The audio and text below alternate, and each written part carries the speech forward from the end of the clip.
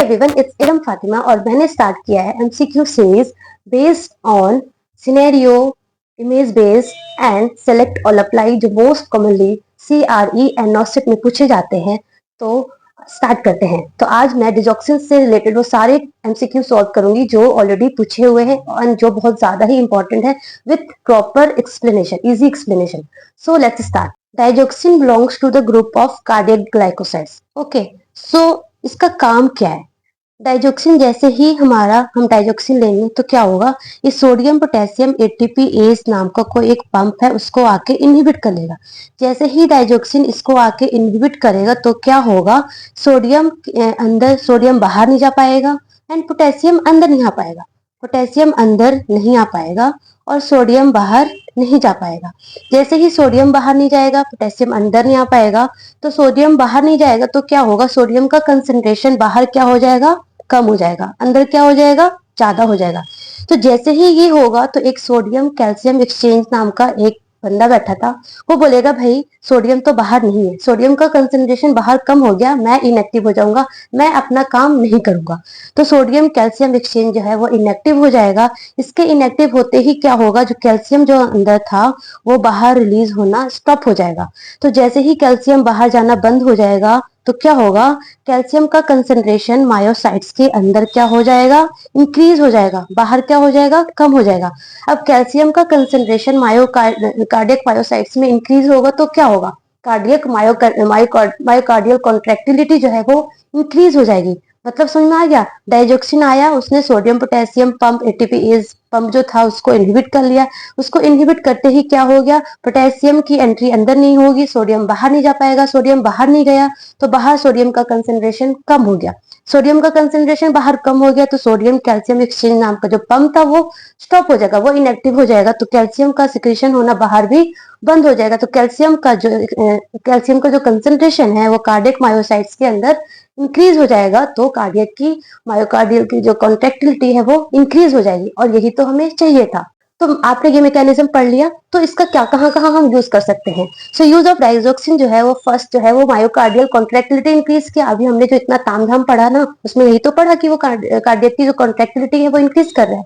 तो कार्डियक की contractility increase करता है, इसलिए हम इसको सिस्टोलिक हार्ट फेलियर में यूज करते हैं। It is the second line treatment for systolic heart failure. Okay, इसके अलावा डाइजॉक्सिन और क्या करते हैं, ये हमारा slow conduction velocity at atrioventricular node AV node पे ये क्या करता है, कंडक्शन को डिले करता है, इसलिए हार्ट रेट क्या होगा, ऑफ कोर्स कम होगा। हार्ट रेट कम होगा इसलिए हम इसको साइनस टैकीकार्डिया, एट्रियल फ्लटर और एट्रियल फिब्रिलेशन में भी यूज करते हैं। Okay, so one more important thing is there कि जो डाइजॉक्सिन है उसका जो आइनोट्रोपिक इफेक्ट क्या होता है, पॉजिटिव होता है कि नेगेटिव होता है। सो ऑफ कोर्स ये कार्डियक कॉन्ट्रैक्टिलिटी क्या कर रहा है, इंक्रीज कर रहा है। So having positive inotropic. Okay, second क्या है, ये जो क्रोमोट्रोपिक एंड ड्रोमोट्रोपिक है वो नेगेटिव है क्योंकि हार्ट रेट को कम कर रहा है। सो अब हम करते हैं questions. First question is digoxin is a drug of choice for hypertension, angina pectoris, myocardial infection and congestive heart failure. So अभी हमने इतनी सारी लंबी स्टोरी पढ़ी, सो आप इजिली आंसर दे सकते हैं। Its answer is congestive heart failure. Hypertension और मायोकार्डियल इन्फेक्शन इसका कोई यूज नहीं है। Second question is digoxin acts by, तो यहाँ पे हम लाइक मैकेनिज्म ऑफ एक्शन मैंने इतने अच्छे से आपको एक्सप्लेन किया तो आप इसका आंसर यूज कर सकते हैं। So digoxin acts by increasing preload, increasing heart rate. देखो फर्स्ट है इंक्रीजिंग प्रीलोड। सो प्रीलोड पे बहुत सारे लोगों का क्वेश्चन होता है कि प्रीलोड क्या है, प्रीलोड लोगों को जल्दी समझ में आता है। सो प्रीलोड बेसिकली क्या है, प्री लोड मतलब किसी चीज को लोड होने से पहले कुछ एफर्ट डाला जा रहा है। तो प्रीलोड क्या है, जो हमारा वेंट्रिकल्स है वो पहले से जो प्रेशर लगाएगा, जो स्ट्रेच करेगा बिफोर कॉन्ट्रेक्शन, मतलब बिफोर हार्ट का जो कॉन्ट्रेक्शन होगा उससे पहले जो हमारा वेंट्रिकल जो एफर्ट्स लगाएगा, दैट इज प्रीलोड। तो डिजॉक्सिन का प्रीलोड और आफ्टर लोड से कोई लेना देना नहीं है। दूसरा है इंक्रीजिंग हार्ट रेट। अभी हमने पढ़ा डिजॉक्सिन जो है वो क्या करता है, हार्ट रेट को कम करता है, तो ये भी गलत है। तीसरा क्या है, इंक्रीजिंग मायोकार्डियल कॉन्ट्रैक्टिलिटी। फोर्थ भी पढ़ लेते हैं। फोर्थ क्या बोल रहा है, decreasing myocardial contractility. So of course answer is C. ये क्या करता है, मायोकार्डियल कॉन्ट्रैक्टिलिटी क्या करता है, इंक्रीज करता है, क्योंकि वो इंट्रा सेल्यूलर कैल्शियम क्या कर रहा है, इंक्रीज कर रहा है। तो कार्डियक का जो मसल्स का जो कॉन्ट्रैक्शन है वो क्या हो जाएगा, इंक्रीज हो जाएगा। So answer is C. So third question करते हैं, that is a client with heart failure has digoxin ordered, what would the nurse expect to find when evaluating for the therapeutic effectiveness of the drug? So first is diaphoresis with decrease urine output. देखो digoxin क्या कर रहा था, heart rate कम करता है और क्या करता है, कार्डियक कॉन्ट्रेक्टिलिटी इंक्रीज कर रहा है, मतलब क्या कर रहा है, बीपी बढ़ाएगा।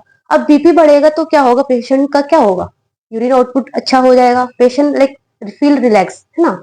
तो decrease urine output, answer is गलत, है ना। सेकंड क्या है, इंक्रीज हार्ट रेट, यहीं से पता चल रहा है, विथ इंक्रीज रेस्पिरेशन, तो जो कि गलत है। डिजॉक्सिन क्या करता है, हार्ट रेट कम करता है।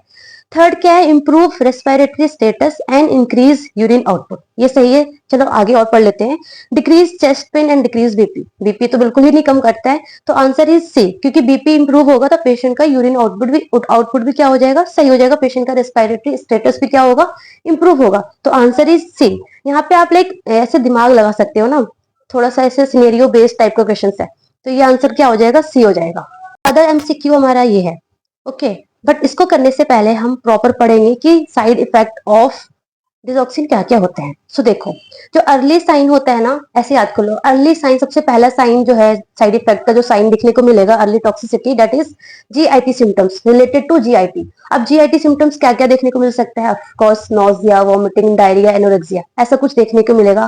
प्लस इसके साथ धीरे धीरे और क्या हो जाएगा, पेशेंट का जो हार्ट रेट है वो धीरे धीरे डिक्रीज हो जाएगा, ठीक है, बहुत ज्यादा डिक्रीज होने लग जाएगा। प्लस विजुअल डिस्टर्बेंस भी देखने को मिलता है अर्ली साइन में।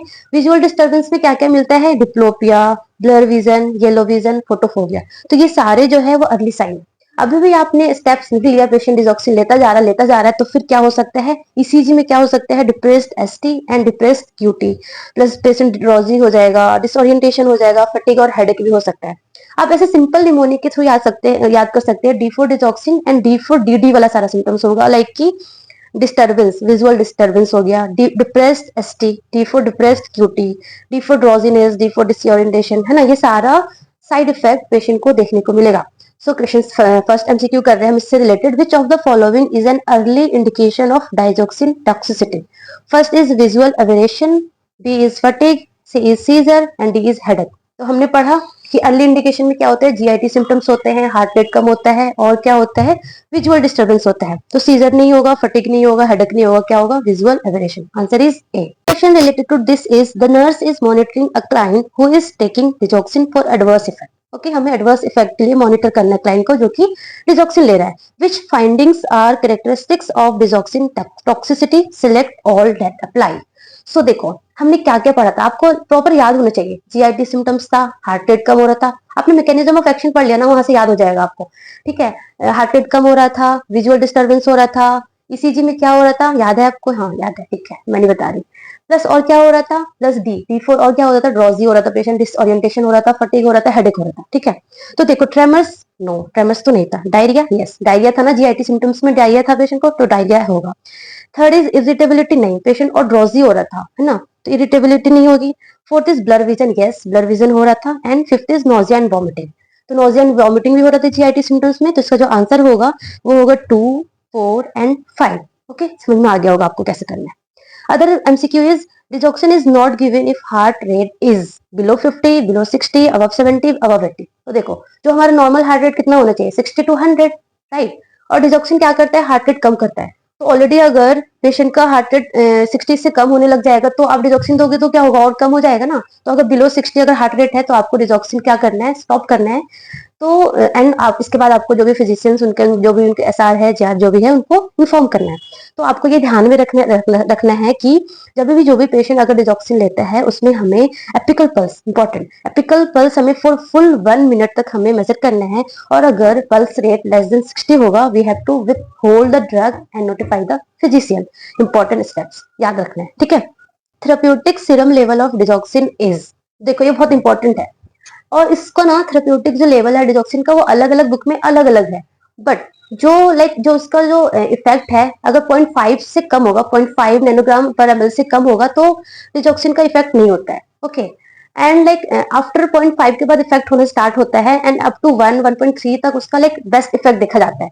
तो जो थेरेप्यूटिक सीरम लेवल या थेरेप्यूटिक प्लाज्मा लेवल जो है, जो डिजॉक्सिन का जो नॉर्मल माना जाता है, that is 0.5 to 2 nanogram per ML. More than 2 is toxicity start हो जाती है, बहुत ज्यादा टॉक्सिसिटी हो जाएगा। तो जो इसका आप नॉर्मल लेवल मान सकते हो, that is 0.5 to 2 nanogram per mL, that is एक करेक्ट आंसर है। Okay, so answer is B.